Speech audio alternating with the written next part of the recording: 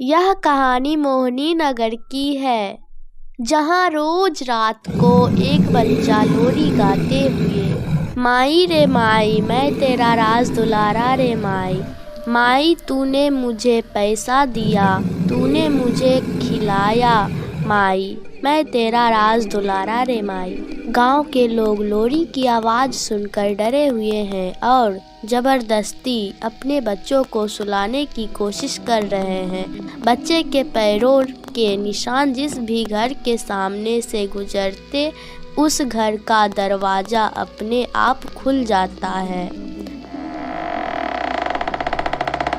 ध्रुव, माँ मुझे जाने दो ना, वो मुझे बुला रहा है, उसके पास बहुत सारे खिलौने भी है। माँ मुझे जाने दो ना। ध्रुव के पापा, नहीं ध्रुव, तुम कहीं पर भी नहीं जाओगे, जिद मत करो, बाहर बहुत खतरा है। देखो तुम्हारी बहन भी तो चुपचाप से हमारे साथ बैठी हुई है। इतना कहकर ध्रुव की माँ ने अपनी बेटी रिया को और नज़र दौड़ाई तो वहाँ पर कोई नहीं था, जिसे देखकर ध्रुव की माँ पापा एकदम चौंक गए। उसकी आंखें फटी की फटी रह गई। पापा, अरे रिया कहाँ गई? अभी तो यही थी।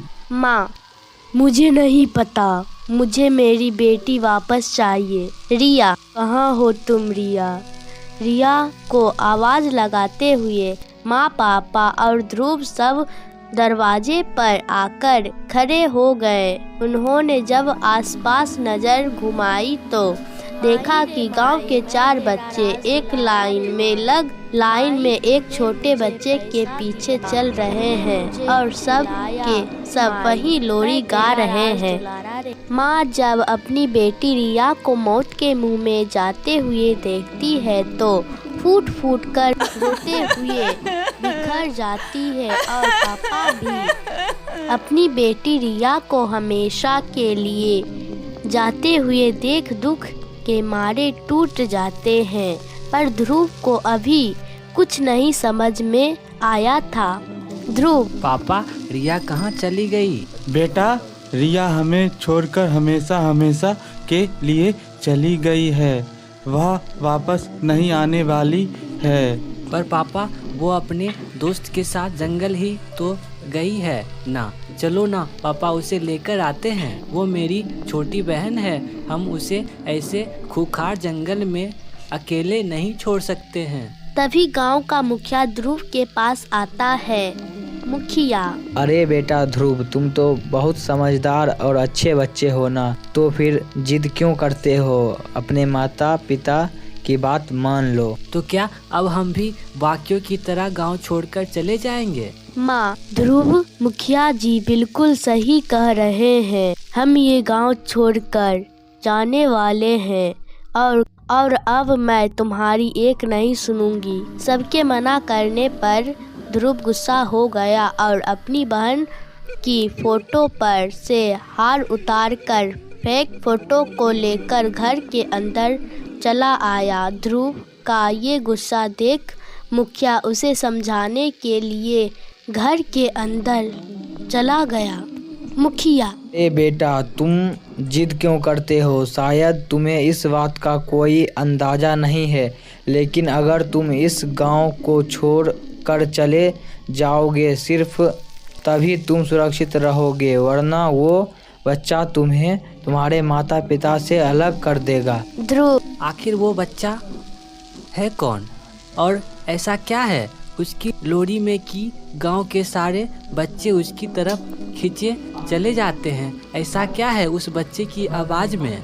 आखिर वो बच्चा है कौन और ऐसा क्या है उसकी लोरी में कि गांव के सारे बच्चे उसकी तरफ खींचे चले जाते हैं? ऐसा क्या है उस बच्चे की आवाज़ में? मुखिया, ध्रुव, वो कोई और नहीं बल्कि मेरा बेटा विजय है, जो कि 12 साल पहले मर गया था। 12 साल पहले की काली रात। मुखिया की पत्नी, ओ मैं हिम क्रीम चामुंडा बिच्चे नमा, माँ मुझे अमर बना दे, मेरी आहुति स्वीकार कर। आज ये मेरा बेटा तेरी भूख मिटाने के लिए अपनी जान की कुर्बानी दे रहा है, माँ मेरी आहुति स्वीकार कर। मुखिया। अरे कैसी माँ है तू, अपने बेटे की बलि चढ़ाने पर तुली है।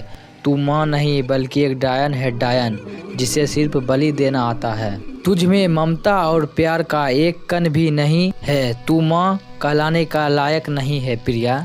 मुखिया की पत्नी। तूने बल्कि सही कहा है, माँ नहीं डायन हूँ, डायन जो अपने जन्मे बच्चों की कुर्बानी देकर अमर हो जाऊंगी, जिसे रोकने वाला कोई नहीं है। मुखिया। मत कर प्रिया, तेरे गोद में जो बच्चा है वह सिर्फ तेरा नहीं है, मेरा भी है। मैं तेरे आगे हाथ जोड़ता हूँ, मेरे बेटे विजय को छोड़ दे। मुखिया अभी बोल ही रहा है, तभी आसमान में जोर से बिजली चमकी और अगले पल ही तेज बारिश होने लगी। बारिश की बूंदों से हवन की अग्नि और तेज हो गई।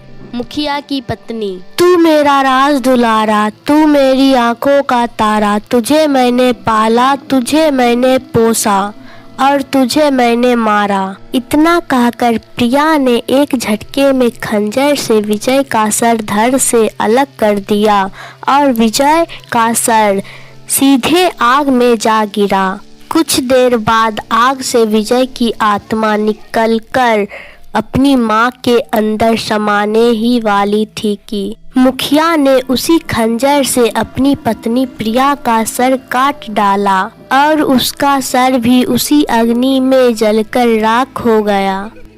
तब ध्रुव कहता है कि तो क्या आपने अपनी पत्नी को मार डाला? हाँ, मैंने अपनी पत्नी को मार डाला। वैसे भी वो मेरी पत्नी नहीं, एक डायन बन चुकी थी, जिसे बस उसकी शक्तियों का मिलना ही बाकी था।